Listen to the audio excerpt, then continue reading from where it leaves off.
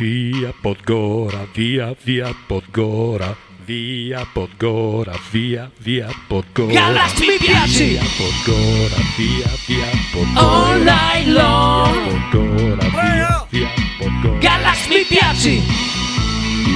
Vergognosissimo! E buongiorno a tutti, giovedì, ecco qua, ormai siamo i 4 moschettieri rimasti, eccoli qua, vedete?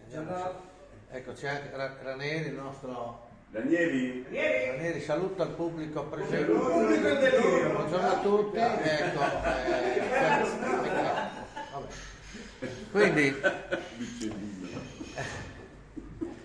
ieri, Vincenzo ride perché ieri, dopo il video mi è venuto, perché le barzellette nascono un po' di episodi. Eravamo ieri a bere un aperitivo fuori la sera e viene sempre un passerino, un uccellino fuori.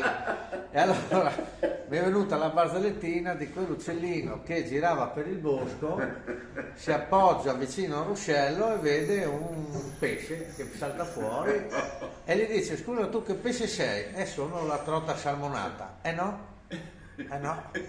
O sei trota o sei salmone.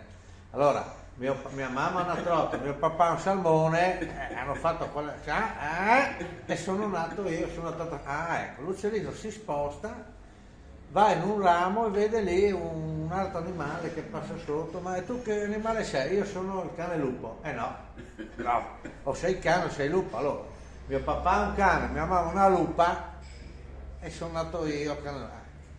Dopo un po' si sposta, vede una roba strana che vola, una robetta piccola, e fa: ma tu chi sei? Io sono la zanzara tigre. Ma va a cagare, vai.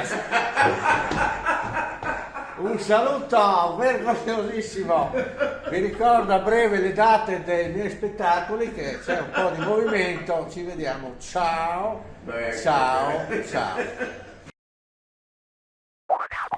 Via Podgora, via Podgora. Via Podgora, via Podgora. Galax mi piaci! Via Podgora, via Podgora. All night long! Via Podgora, via Podgora. Galax mi piaci! Vergognosissimo!